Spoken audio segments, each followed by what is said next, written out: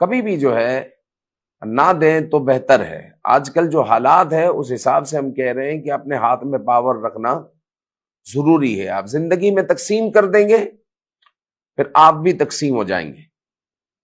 یعنی ماں ہے، باپ نے تقسیم کر دیا، ایک باپ کو میں جانتا ہوں جس نے زندگی میں جو ہے تقسیم کر دیا، تو ہوا یہ کہ وہ دونوں میاں بیوی تھے، پھر اولاد بھی تقسیم ہو گئی، 4 بچے ہیں، 4 گھر ہو گئے، تو اب ماں باپ بھی تقسیم ہو گئے۔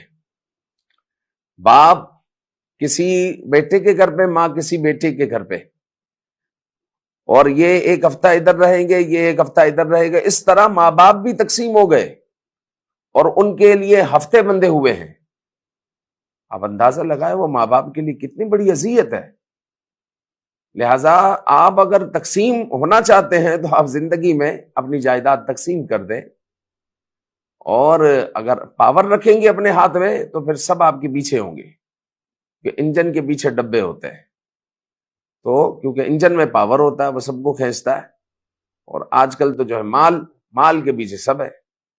لہذا مال اپنے ہاتھ میں رکھیں، اور جس طرح میں نے ابتدا